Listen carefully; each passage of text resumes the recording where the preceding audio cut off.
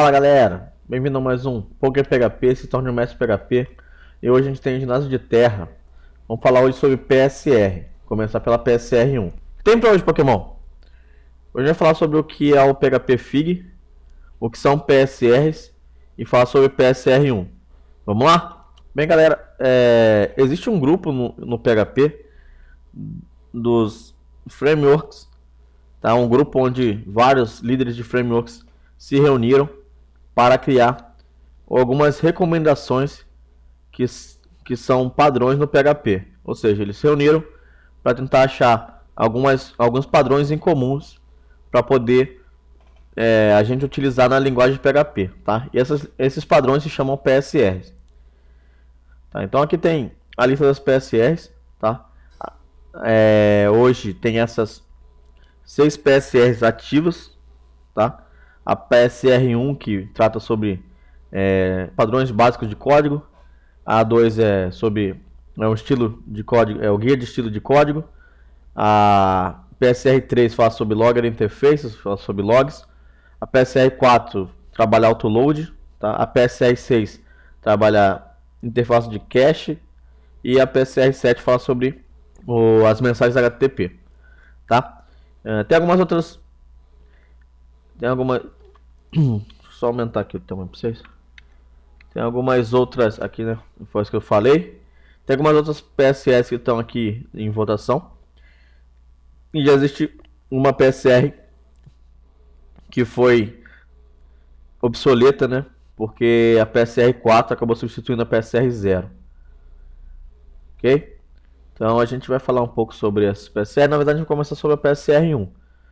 Tá? Então aqui é o www.php-fig.org, tá? /PSR, vai estar aqui os PSRs. Então faço a PSR 1. A PSR 1 é bem tranquila. Ela trata sobre alguns padrões de código, tá? Então ele fala que as palavras must, deve, must not, não deve, required, requerido, shall, que é deve, shall not, que é não deve, should, que é devemos, should not, que é não devemos, recommended, que é recomendado, may, que é pode ou opcional. Nesse documento deve ser interpretado como descrito na RFC 2199. Beleza? Então, o que a gente tem que fazer? O que esse PSR1 ela trata? Vamos aqui abrir nosso bashzinho para a gente poder trabalhar. Vamos ginásio 7.php. Beleza? Então vamos lá ver o que eles tratam.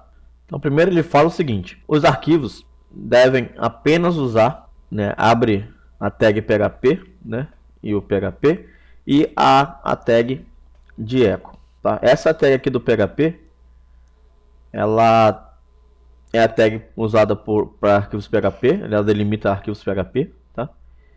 E ela fala que essa tag aqui essa segunda tag aqui, ela é usada para quando você for fazer um echo. Ou seja, né, eu posso iniciar o arquivo PHP dessa maneira, né? Caso eu tenha um conjunto de instruções, tá? Ou dessa maneira aqui, né? Se eu tiver um echo, né, eu posso escrever qualquer coisa, né, e fechar nessa tag. Se eu fizer isso e der um PHP no ginásio 7, ele vai me printar aquilo ali. Ou seja, aquilo ali, isso aqui é uma tag que vai imprimir oi, ou seja, ela vai dar um echo oi, tá? E elas devem usar o TF8 sem boom para o código PHP. Quando você trabalha com Linux, geralmente ele vai usar já o TF8, tá? Por padrão. Mas quando você usa, por exemplo, o Notepad++, o Notepad ou algum outro IDE no Windows, principalmente, ele pode salvar em ISO, tá? Que é a codificação de linguagem padrão do Windows. E isso não é bom, porque vários problemas você pode pegar, ainda mais quando você está trabalhando com view, tá? De você tipo, escapar os caracteres, por exemplo, de acento, fica uma porcaria, tá? Então, evitar usar isso aí. Eles devem ter símbolos de declaração, ou tipo, uma classe, uma função constante, ou ter um efeito de causa, tá? Por exemplo, gerar output, mudar settings do ini e não podem, mas não devem ter os dois. Então, ou seja, eu não posso declarar uma classe no mesmo arquivo que eu imprimo um valor, né, através do método daquela classe. Você não pode fazer, beleza? Pelo padrão. Namespaces, eles devem seguir, né, o output to load PSR0 ou PSR4, tá? De preferência PSR4, porque o PSR0 foi obsoleto, tá? Elas têm que ser declaradas, as classes, em std caps. O que isso quer dizer? As primeiras letras em maiúsculo. Então, eu tenho aqui, por exemplo, né, um PHP. Tem aqui um PHP. Eu tenho, sei lá, uma classe teste primeiro, né? Então, a classe ela deve ter esse formato. Eu tenho que ter as primeiras letras sempre maiúsculas e o resto das letras minúsculas, é o que a gente chama de std caps. Então, as constantes de classe elas devem ser declaradas tudo em maiúsculo com underscore separators, ou seja, com underline. Então, tem aqui a classe primeiro, por exemplo, né? E daí eu vou ter aqui, por exemplo, uma constante qualquer, né? Então aqui vai ser dessa maneira constante, beleza? Aí você pode definir aqui algum valor para ela, tipo, beleza?